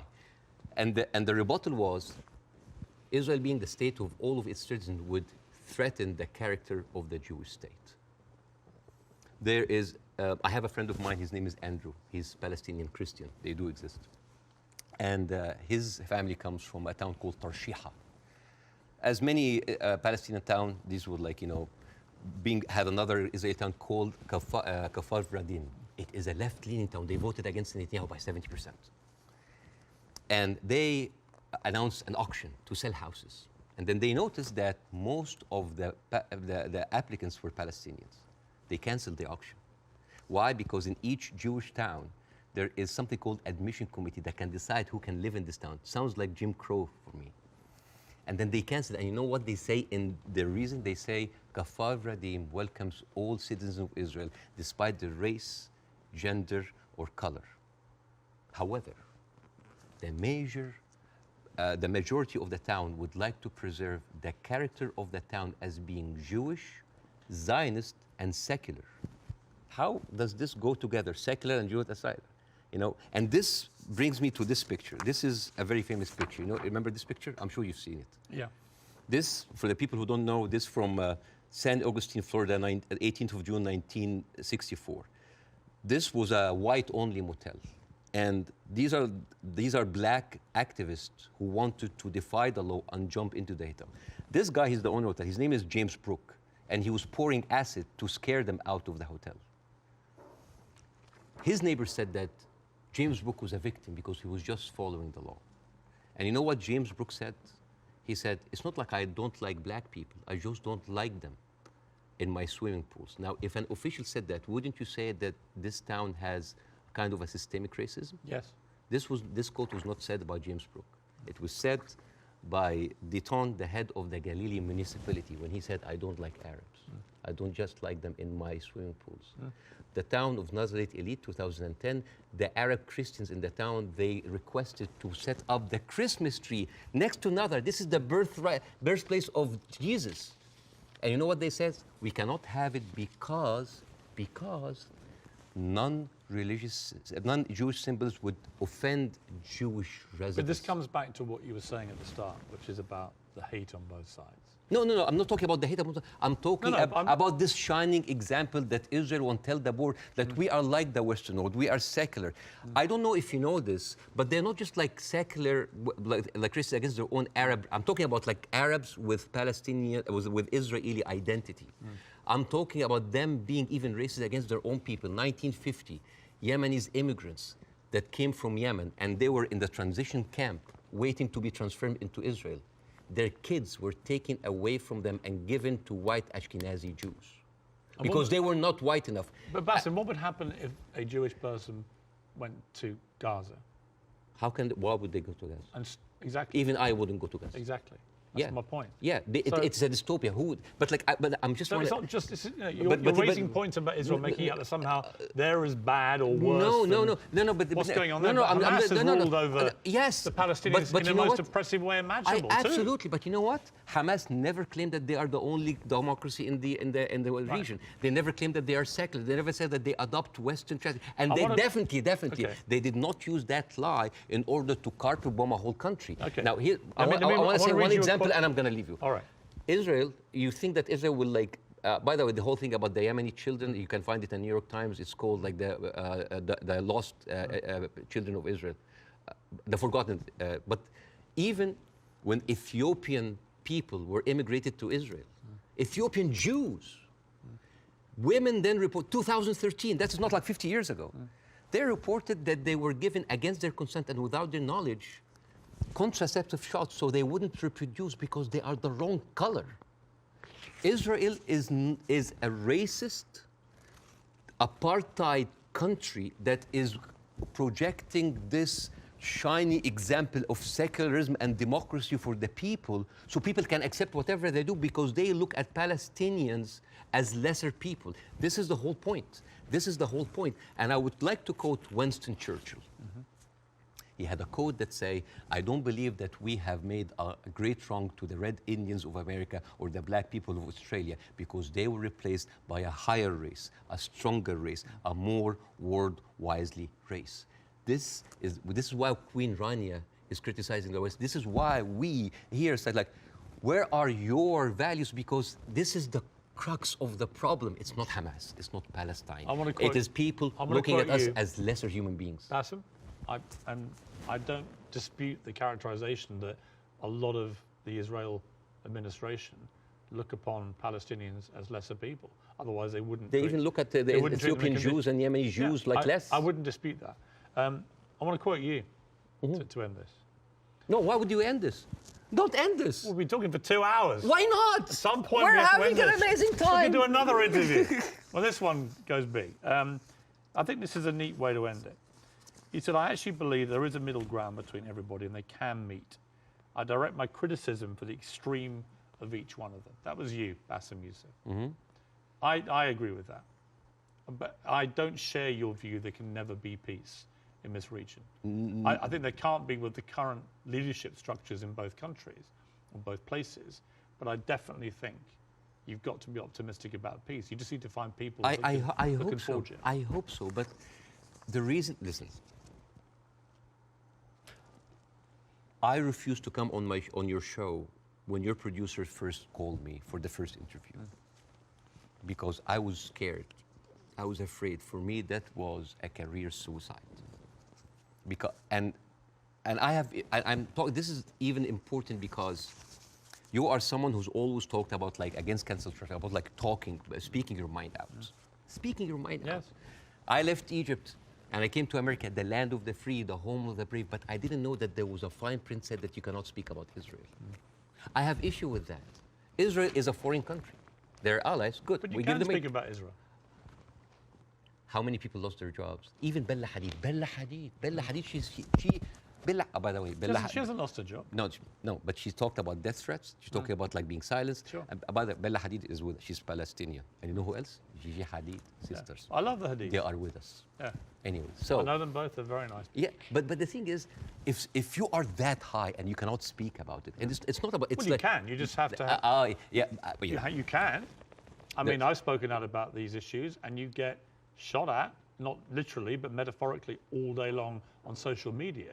But that shouldn't stop people from doing it. I'm just like wondering, as an You American, do? as an American, yeah, but like, I'm doing now because like the first interview went well. Right. I'm doing that because I want people to see that you can really speak up and not just get canceled, but get rewarded. My career is going fine. Yeah. It's great because I want people to have the courage. There should be no limits. I agree with I'm that. kind of like so confused as an American citizen why every American presidential candidate have to go and kiss the hand and bend the knees to AIPAC. This is a lobby that works for a foreign country interest. Why don't we have like a lobby for Saudi Arabia? It is they're giving us more But money. you know the great thing? You can say that here. Yes, You couldn't say it in Egypt. That's why you're living here. yes.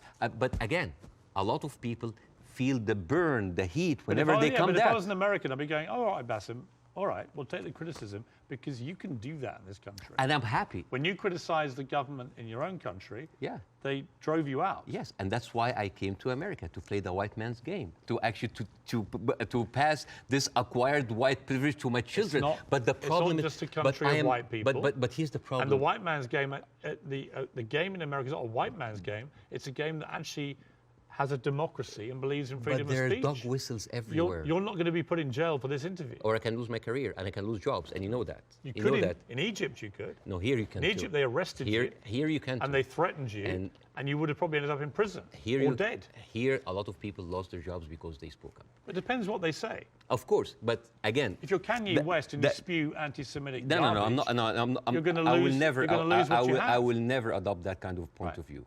But the thing is, there is dog whistles everywhere. As I told you at the beginning, you cannot just say it's like anti-Semites. Like I mean, now how come that the Palestinian flag is outlawed? By the way, it's outlawed in Israel. If you raise the Palestinian, you go to jail. And now they're saying like the Palestinian flag is a pro-Hamas. No, it's not a pro-Hamas.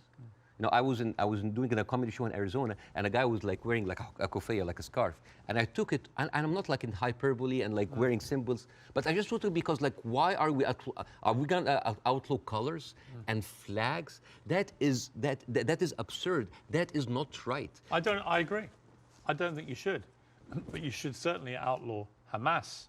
They're already outlawed. I mean, Right. I'm not supporting they're a them. terror group, Okay. Yeah. But the people with the power, the people who supposedly have the... And you should, by the way, I will say this, you should be able to criticize the Israeli government without being accused of Yes, being anti-Semitic. but- I have in this interview repeatedly, and I'm not anti-Semitic. I just have a problem with all of what the Israeli government's been doing. And I have a problem with how any criticism to Israel by some circles here are considered anti-Semite. This is not fair. But a lot of the people doing it are actually anti-Semitic. Yes, but also a lot of Zionists are against Israel, that they hate the Jews. You know, We've discussed that. I want to end on a happy. But before that, I want to just like say 2 words about the media, which is, please. Sure. Mr. Zomlot, the Palestinian ambassador that you have, this guy lost 6 members of his family in an Israeli strike. And when he went on like some British news thing, he sat down and the lady told him, it's like, we are very sorry for your personal fund. I'm sure you don't condemn the killing of Israeli civilians. What? In the same moment. There's another girl like called Yara Eid. She was like on Sky News. And the girl was like crying, like, I lost 30 members of my family, 17 of them are children, I lost my best friend. And then, what did you think would happen forget about empathy. I think a lot of people... What about manners? Well, I think you have to start... I've said this repeatedly. You have to start from a place of humanity. You have Yes. to look at what happened on October the 7th and feel utterly outraged and disgusted for the loss of human life. Yeah. And you also have to feel that for what's happening in Gaza to innocent people. But and if you can't feel both for both sets of people, both sets of innocent people being killed, if you can't feel a sense of despair and horror over their deaths, you don't have any humanity. believe me, Piers, it's not really about that. There's a deep sentiment in the Middle East, in Arabs, that the West do not look at us as equals. Well, you know what? So what I did, I went to the machines. Yeah. And I asked ChatGPT simple questions. Do Israelis deserve to be free? And you know what they tell me? Yes, Israelis deserve the right like any other people. And then I asked the same question, do Palestinians deserve to be free? And you know what they tell me? It is complex. It is a sensitive issue. Well, it's not complex. It's not sensitive. The Palestinian people should be free. Yeah, but And they even should- the machines let me have- finish. And they should have exactly the same rights to freedom and freedom of expression and a way to lead their lives and to water and to power and to Yeah. internet that Israelis have and we have here in America and we have back in my home country of the UK. And I want that for the Palestinian people. We've got to end it there. Okay. Mainly because I've worked up a hell of a All hunger right. in 2 hours of interview, and you have brought your wife's cooking.